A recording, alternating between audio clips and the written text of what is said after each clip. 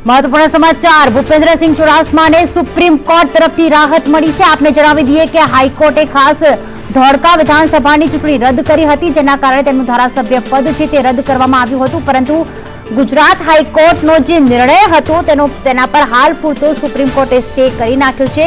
अश्विन राठौड़ अने खास करीने भूपेन्द्रसिंह चुडासमा तरफथी सुप्रीम कोर्टमां जे अरजी गुजरात हाईकोर्टना निर्णयने પડકારતી अरजी करवामां आवी हती ने આજે 12 વાગ્યાથી આ અરજી પર સુનાવણી શરૂ થઈ ગઈ છે અને ભૂપેન્દ્રસિંહ ચુડાસમાને સુપ્રીમ કોર્ટ તરફથી રાહત એ મળી છે કે ગુજરાત હાઈકોર્ટના ઓર્ડર પર સુપ્રીમ કોર્ટે હાલ પૂરતો સ્ટે આપ્યો છે। વર્ષ 2017માં વિધાનસભાની ચૂંટણી યોજાઈ હતી। માત્ર 327 મતે વિજય થયો હતો।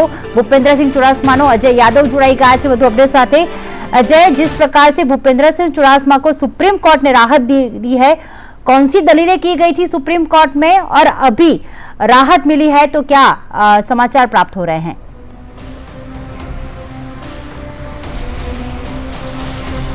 निश्चित तौर पे अभी फौरी राहत कहा जा सकता है सुप्रीम कोर्ट की तरफ से भूपेन्द्र सिंह चुडासमा को, क्योंकि गुजरात हाई कोर्ट ने उनकी जो विधायिका थी उसको रद्द किया था। उसके बाद उन्होंने सुप्रीम कोर्ट में अर्जी डाली थी। हालांकि आज अर्जी पे कई तरह से सुनवाई हुई, जहां पे अश्विन राठौर की तरफ से कपिल सिब्बल पैरवी कर रहे थे और उनका साफ कहना था कि 15वें राउंड तक जो पोस्टल बैलेट है उसको नहीं लाया गया था, जबकि किसी भी पोस्टल बैलेट की जो काउंटिंग होती है वो सबसे पहले होती है, जबकि 15वें राउंड के बाद तक ये पोस्टल बैलेट नहीं लाया गया था। और इसी को आधार बना करके कहीं ना कहीं गुजरात हाईकोर्ट का जो है निर्णय आया हुआ था। तमाम तरह की दलीलें जो भूपेन्द्र सिंह चुडासमा हैं उनके वकील की तरफ से की गई थी। हरीश साल्वे उनकी पैरवी कर रहे थे और उनका साफ कहना था कि कहीं से भी जो 429 वोट हैं पोस्टल बैलेट के उसको लेकर के इसमें काउंटिंग नहीं की गई थी और उसको रिजेक्शन नहीं हुआ था। तो कई तरह की दलीलें थी और इन दलीलों को सुनने के बाद ही सुप्रीम कोर्ट ने फिलहाल इस मामले में रोक लगाई है, जो एक तरह से भूपेन्द्र सिंह चुडासमा को फौरी राहत कही जा सकती है। हालांकि एक कैविट जो है अश्विन राठौर की तरफ से भी डाली गई थी, जिसको लेकर ही कपिल सिब्बल जो है अश्विन राठौर की तरफ से पैरवी कर रहे थे।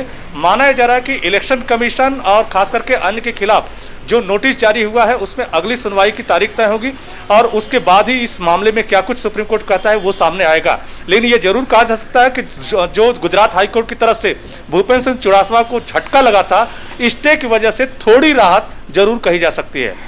बिल्कुल, गुजरात हाईकोर्ट के जो निर्णय थे, जो आदेश था, उस पर स्टे ला दिया गया है। तो अब क्या कह सकते हैं भूपेन्द्र सिंह चुडासमा का जो विधानसभा पद है और साथ ही साथ उनके पास शिक्षण मंत्री का पद भी है, तो इसके बारे में कुछ उल्लेख किया गया दलीलों में?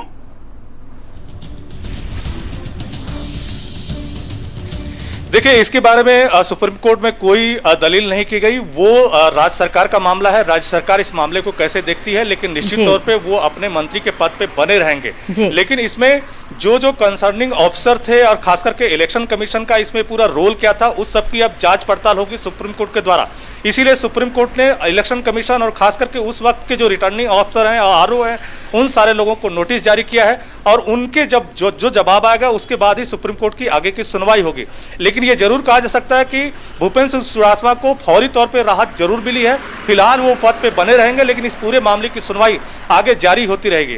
तो देखना ये होगा कि आगे जब सुनवाई होगी तो इस सब मामले में सुप्रीम कोर्ट का क्या कुछ फैसला आता है, क्या वो गुजरात हाई कोर्ट का जो फैसला है उसको बरकरार रखता है या उसको पूरे तौर पे खारिज करता है, ये सारा कुछ देखने के बाद होगा। लेकिन इस मामले में कई सारे नोटिस जारी किए हैं, जिसमें इलेक्शन कमीशन, खास करके उस समय के रिटर्निंग ऑफिसर, उस समय के जो और ऑफिसर है, या जो तमाम सारी जो प्रक्रियाएं हैं उस सबको सुप्रीम कोर्ट एक बार देखेगा, उसी के बाद किसी नतीजे पे पहुंच सकता है। जी बिल्कुल, आप हमारे साथ बने रहिए जानकारी के लिए। અને સાથે જ ગાંધીનગરથી હવે હિરેન રાવલ જોડાઈ ગયા છે। હિરેન, રાજ્ય સરકાર માટે પણ આ સારા સમાચાર કહી શકાય, કારણ કે શિક્ષણ મંત્રીનું પદ એક સારા ધારાસભ્ય, ખૂબ દિગ્ગજ ગતિના નેતા હતા અને એમના પર ગુજરાત હાઈકોર્ટે આ પ્રકારનો આદેશ આપ્યો હતો, ત્યારે સ્ટે મળી ગયો છે, ત્યારે વધુ શું અપડેટ?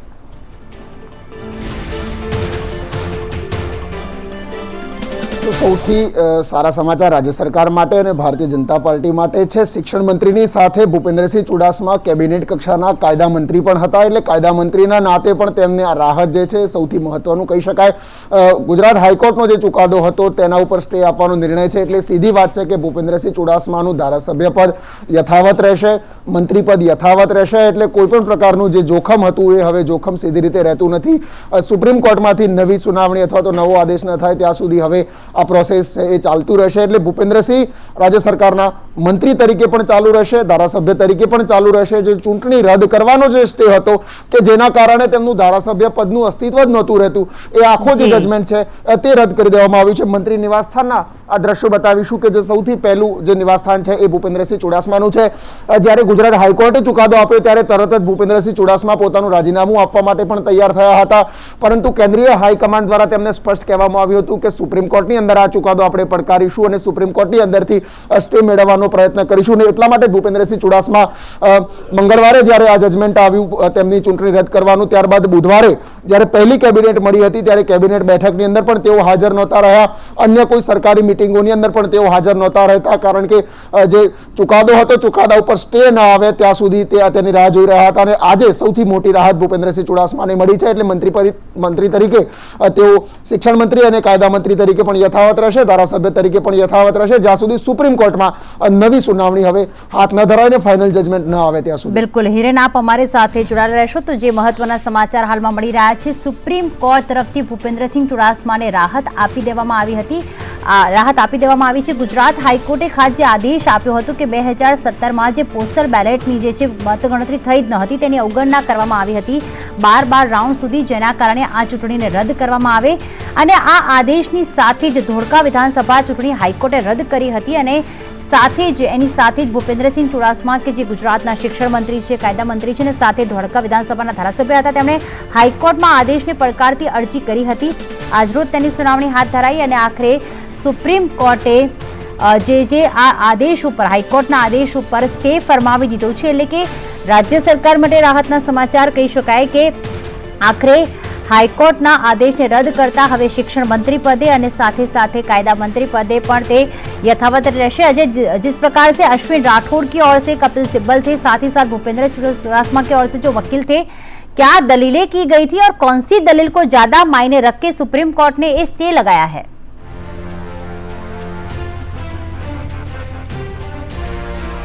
देखिए, सुप्रीम कोर्ट में जब दलीलें की जा रही थी तो जो अश्विन राठौर है उनकी तरफ से कपिल सिब्बल पैरवी कर रहे थे. और कपिल सिब्बल की अगर दलील की बात करें तो कपिल सिब्बल का ये कहना था कि जब ईवीएम की काउंटिंग शुरू होती है उसके पहले ही जो पोस्टल बैलेट है उसकी काउंटिंग हो जाती है. लेकिन गुजरात में ऐसा देखने में आया कि ईवीएम की काउंटिंग चल रही थी और 15वें राउंड तक जो पोस्टल बैलेट है उसकी काउंटिंग नहीं हुई थी और उसको लाया भी नहीं गया था. जबकि कोई इंस्ट्रक्शन है जो इलेक्शन कमीशन का कि 20A के तहत जो भी पोस्टल बैलेट है उसकी काउंटिंग जो है आरओ अफसर तय करता है और आरओ अफसर ही उस सारी चीज़ों की निशानदेही पे सारा कुछ होता है.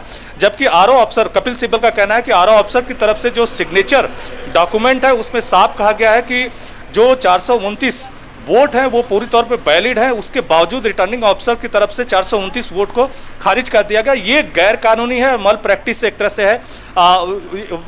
कपिल सिब्बल ने इस तरह का आर्गुमेंट किया. जबकि हरीश साल्वे, उनकी तरफ से ये कहा गया कि सारा कुछ रिटर्निंग ऑफिसर के देखरेख में हो रहा था और जो कुछ वैध तरीका चुनाव आयोग की गाइडलाइन के हिसाब से था वही वैध तरीका अपनाया गया. ऐसे में कैसे जो आरओ होता है उसके आधार पे ही सारा कुछ जजमेंट जो है दिया जा सकता है. हालांकि गुजरात हाई कोर्ट के जो निर्णय है उसके बारे में हरीश साल्वे ने कहा कि पूरे तौर पे पूरे जो डॉक्यूमेंट थे उसकी जांच पड़ताल नहीं की गई है, उसमें और ज्यादा जांच पड़ताल की जरूरत है. जब सुप्रीम कोर्ट उस मामले को देखेगा तब ये पाएगा कि सारा कुछ एक फेयर प्रक्रिया हुई है.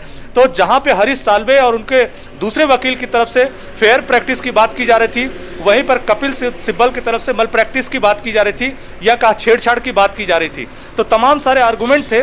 तो फिलहाल सुप्रीम कोर्ट के सामने सबसे बड़ी चुनौती यही है कि जो दलीलें दी जा रही है, जो डॉक्यूमेंट्स हैं और जो ऑफिसर्स हैं और जो पूरी चुनावी प्रक्रिया अपनाई गई उसको पहले सुप्रीम कोर्ट एक बार देखना चाहता है. बिना देखे किसी निर्णय पे पहुंचना सुप्रीम कोर्ट के लिए ठीक नहीं है.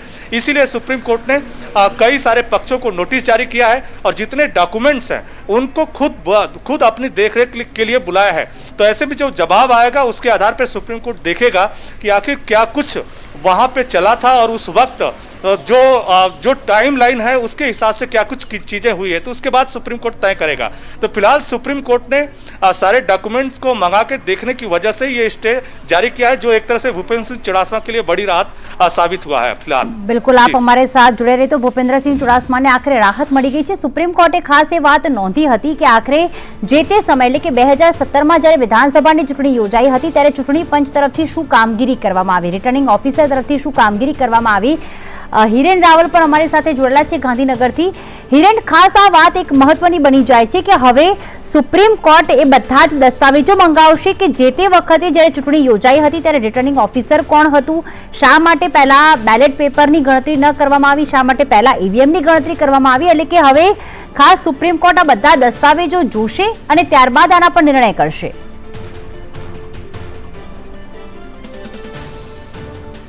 તે પહેલા સૌથી મહત્વનું ખુદ ભૂપેન્દ્રસિંહ ચુડાસમા દ્વારા ટ્વીટ કરવામાં આવ્યું છે અને તેમને જે સ્ટે મળેલો છે તે સ્ટે સામે સુપ્રીમ કોર્ટમાંથી મળેલો છે ને સત્યમેવ જયતે એ પ્રકારે લખી અને ભૂપેન્દ્રસિંહ ચુડાસમા દ્વારા ટ્વીટ કરવામાં આવ્યું છે। સત્યનો વિજય થયો છે। જ્યારે હાઈકોર્ટમાંથી જજમેન્ટ આવ્યું ત્યારે કોઈ પણ પ્રકારની આવી તાત્કાલિક પ્રતિક્રિયા આપવામાં નહોતી આવી, પરંતુ અત્યારે હાલ રાહત મળતા સીધી ટ્વીટ કરીને માહિતી આપવામાં આવી છે। જો સુપ્રીમ કોર્ટની પ્રોસિજરની વાત કરીએ હવે તો ગુજરાત હાઈકોર્ટે જે તથ્યો ધ્યાનમાં લીધેલા છે, જેટલા પણ તથ્યોના આધારે જજમેન્ટ આપ્યું છે તે જજમેન્ટના જે તથ્યો ચકાસવામાં આવ્યા છે તે તથ્યોની સાથે ત્યાં દલીલો જે બંને પક્ષોના વકીલો જે છે તે કરશે।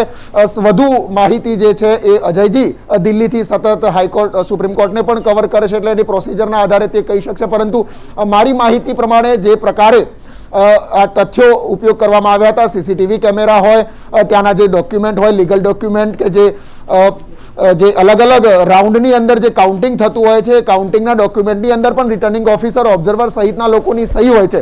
એ તમામ લોકોની પણ શંકાસ્પદ જે ભૂમિકાઓ હતી એ તમામ શંકાસ્પદ ભૂમિકાઓના આધારે જે ડોક્યુમેન્ટ હતા તેનું પણ ફરીથી ત્યાં વેરિફિકેશન અથવા તો તેને પુરાવા તરીકે રજૂ કરાય તો નવાઈ નહીં। જો કે વધુ માહિતી અજય ત્યાંથી આપશે, પરંતુ સૌથી મહત્વની વાત છે કે ખુદ ભૂપેન્દ્રસિંહ ચુડાસમાએ સત્યમેવ જયતે લખી અને અત્યારે હાલ ट्वीट करेलू है।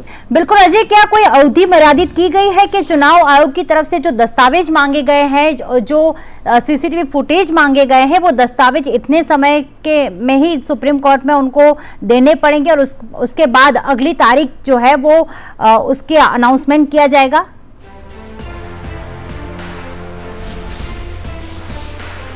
माफी चाहता हूँ, एक बार फिर अपना सवाल दोहराएं। मैं ये पूछना चाहती हूँ, सुप्रीम कोर्ट ने ये कहा है कि चुनाव आयोग जो है 2017 में जो पूरा चुनाव हुआ था उसके दस्तावेज क्या थे, धौलका जो विधानसभा है उस वक्त रिटर्न ऑफिसर कौन था, ये कोई अवधि मर्यादित की गई है कि इतने समय में चुनाव आयोग से वो दस्तावेज मांगेगा और उसके बाद तारीख का ऐलान किया जाएगा?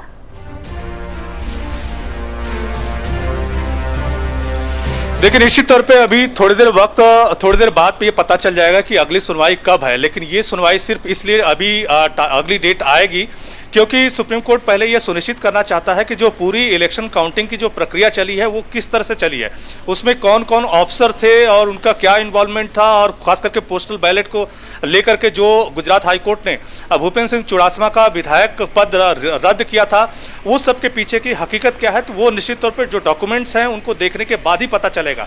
इसी वजह से सुप्रीम कोर्ट पहले इन सारे डॉक्यूमेंट्स को देखेगा। जो नोटिस जारी किया है, इस नोटिस के जरिए ही तमाम सारे डॉक्यूमेंट मंगाए जाएंगे और उसके बाद जब सुप्रीम कोर्ट सारे चीजों को खंगालेगा, तमाम सारे वकीलों की तरफ से आर्गुमेंट होंगे, उन आर्गुमेंट के बाद ही सुप्रीम कोर्ट किसी नतीजे पे पहुंच सकता है। उसके पहले सुप्रीम कोर्ट किसी भी सूरत में गुजरात हाई कोर्ट के फैसले को बिना देखे एक्सेप्ट नहीं कर सकता है। इसीलिए कह सकते हैं कि उस सुप्रीम कोर्ट की तरफ से सारे डॉक्यूमेंट्स को देखने के लिए या डे टू डे जो लाइन है एक तरह से, खास करके इलेक्शन प्रक्रिया जो चली थी उसको जब तक देखेगा नहीं सुप्रीम कोर्ट तब तक किसी नतीजे पे नहीं पहुंच सकता है।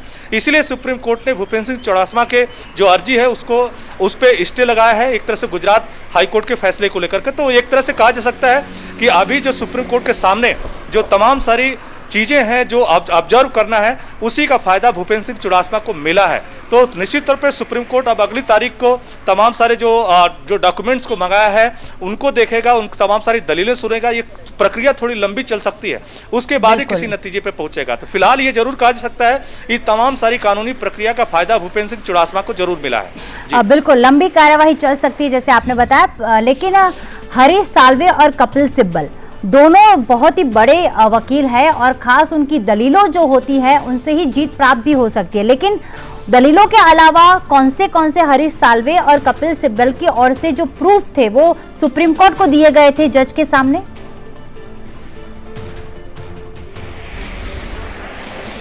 देखिए, आज प्रूफ नहीं दिए गए थे, बल्कि ये जो गुजरात हाई कोर्ट का जो निर्णय आया है उसको आधार बना करके सभी लोग अपना पक्ष रख रहे थे। और उस पक्ष में कपिल सिब्बल की तरफ से साफ इस तरह का इंडिकेशन कहा जा रहा था या सीक्वेंस बताने की कोशिश की जा रही थी कि इस तरह से पोस्टल बैलेट को रद्द किया गया है, जबकि हरीश साल्वे की तरफ से ये बताने की कोशिश हो रही थी कि जो पूरी इलेक्शन काउंटिंग की प्रक्रिया थी वो पूरे तौर पर फेयर थी।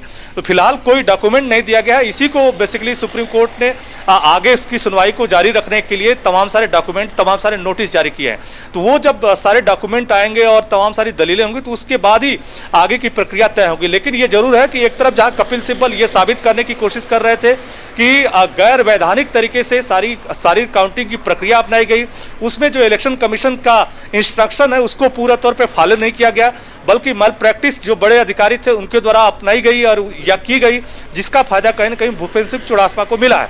जबकि हरीश साल्वे की तरफ से साफ साफ यह कहा गया कि कहीं भी कानूनी तौर पे या जो इलेक्शन कमीशन की गाइडलाइन है उससे इतर कुछ भी नहीं किया गया, बल्कि जो ईवीएम की काउंटिंग होती है और पोस्टल बैलेट के लिए जो गाइडलाइन होती है उसी के हिसाब से सारा कुछ किया गया, जिसका कहीं न कहीं जिसकी वजह से भूपेंद्र सिंह चुड़ासमा जीते। तो हरीश साल्वे कहीं न कहीं भूपेंद्र सिंह चुड़ासमा की जो जीत है उसको वैधानिक तरीके से और सही बता रहे थे, जबकि कपिल सिब्बल की तरफ से साफ कहा गया था कि मल प्रैक्टिस का फायदा उठा करके भूपेंद्र सिंह चुड़ासमा जीते हैं। तो तमाम सारी दलीलें की गई। अब आने वाले वक्त में तमाम सारे जो डॉक्यूमेंट है वो सुप्रीम कोर्ट में जब प्रोड्यूस किए जाएंगे तब फिर आगे सुप्रीम कोर्ट कुछ तय करेगा। बिल्कुल आप हमारे साथ जुड़े रहिएगा और સાથે જ આજે માહિતી મળી રહી છે કે સુપ્રીમ કોર્ટનો જેવો ચુકાદો આવ્યો ત્યારબાદ ભૂપેન્દ્રસિંહ ચુડાસમાએ પોતાના ટ્વિટર હેન્ડલર પરથી એક ટ્વીટ કર્યું છે અને જણાવ્યું છે કે આખરે સુપ્રીમ કોર્ટમાં સ્ટે આ ચુકાદાને મળી ગયેલ છે અને સત્યમેવ જયતે, સત્યની જીત થઈ છે। હરીશ સાલ્વે કપિલ સિબ્બલ તરફથી ધારદાર દલીલો કરવામાં આવી, પરંતુ આજે કોઈપણ પ્રકારના દસ્તાવેજો જે છે એ રજૂ કરવામાં ન આવ્યા હતા, જેના કારણે સુપ્રીમ કોર્ટે એ વાત પોતાના આદેશમાં કહી છે કે ચૂંટણી પંચ સાથે, ચૂંટણી આયોગ સાથે જે પણ જોડાયેલા દસ્તાવેજો છે તે પહેલા ચેક કરવા પડશે અને ત્યારબાદ જ કોઈ નિર્ણય પણ આવી શકાશે। હિરેન સત્યમેવ જયતે, હજી તો સુપ્રીમ કોર્ટે માત્ર સ્ટે આપ્યો છે, પરંતુ ભૂપેન્દ્રસિંહ ચુડાસમા જે ટ્વીટ કર્યું છે, જણાવ્યું છે કે સત્યમેવ જયતે અત્યારથી જ પોતાની જીત થતી હોય તેવો આત્મવિશ્વાસ આ ટ્વીટમાં ચોક્કસથી દેખાઈ રહ્યો છે।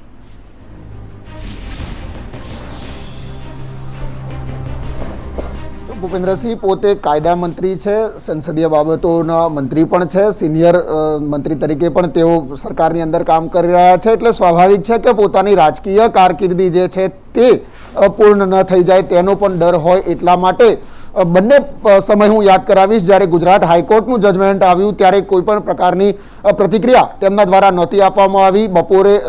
બપોર બાદ જે ત્યાંથી જજમેન્ટ આવ્યું હતું ત્યારબાદ મોડી સાંજે એટલે કે રાત્રે લગભગ 8-9 વાગ્યા બાદ તેમના દ્વારા ટ્વીટ કરવામાં આવ્યું હતું કે આ પ્રકારનું જજમેન્ટ આવ્યું છે, જે લોકોએ મને ફોન કરે તમામ લોકોનો આભાર। પરંતુ આજે જ્યારે સુપ્રીમ કોર્ટનું જજમેન્ટ આવે છે, સુપ્રીમ કોર્ટનો સ્ટે આવે છે, સ્ટેટમેન્ટ આવતાની લગભગ 5 થી 10 મિનિટની અંદર તરત જ સુપ્રીમ કોર્ટમાંથી સ્ટે મળેલો છે અને સત્યમેવ જયતે, સત્યનો જ વિજય થશે તે પ્રકારે ટ્વીટ કરવામાં આવ્યું છે। એટલે ઘણી બધી બાબતો સૂચક છે, કારણ કે જો ત્યાંથી સ્ટે ન મળતો તો સીધું મંત્રી પદ જે છે તે જઈ શકતું હતું, કારણ કે ધારાસભ્ય તેઓ નથી રહેતા તો મંત્રી ન રહી શકે। નિયમ પ્રમાણે મંત્રી પદેથી રાજીનામું આપી અને ફરીથી તેમણે મંત્રી પદે જો રહેવું હોય તો વિજય રૂપાણી તેમને મંત્રી બનાવી શકે, તે પ્રકારની અલગ અલગ પ્રકારની પોસિબિલિટીઝ હોય છે, પરંતુ તે એક વખત તો રાજીનામું આપવું પડે તે સ્વાભાવિક પરિસ્થિતિ છે અને એટલા માટે પોતાના રાજકીય કારકિર્દી જે છે પૂરી ન થાય અથવા તો રાજકીય રીતે સંપૂર્ણ ખતમ ન થવાય એટલા માટે તેમને જે આશા હતી કે મને જીત મળશે અથવા તો રાહત મળશે, અને એટલા માટે જ જ્યારે હાઈકોર્ટનું જજમેન્ટ આવ્યું ત્યારે જ તેમણે પોતાનું રાજીનામું આપવાની તૈયારી દર્શાવી હતી સામે ચાલીને નૈતિકતાના ધોરણે, પરંતુ ઉપરથી જી, બિલકુલ. એટલે કે હાઈકમાન્ડમાંથી કેન્દ્રીય હાઈકમાન્ડમાંથી ના પાડવામાં આવી હતી કે સુપ્રીમ કોર્ટમાંથી સ્ટે આવે તેની રાહ જોવી જોઈએ, અને એ જ રણનીતિનો ભાગ હતો. આ જ પ્રકારે બાબુ બોખીરિયા પણ જ્યારે કેબિનેટ મંત્રી હતા. જી, આભાર માહિતી બદલ. તો હાઈકોર્ટના ચુકાદે ભૂપેન્દ્રસિંહે સુપ્રીમ કોર્ટમાં પડકાર્યો હતો અને આખરે સુપ્રીમ કોર્ટ તરફથી રાહત મળતા જ ભૂપેન્દ્રસિંહ ચુડાસમાએ ટ્વીટ કર્યું, સત્યમેવ જયતે.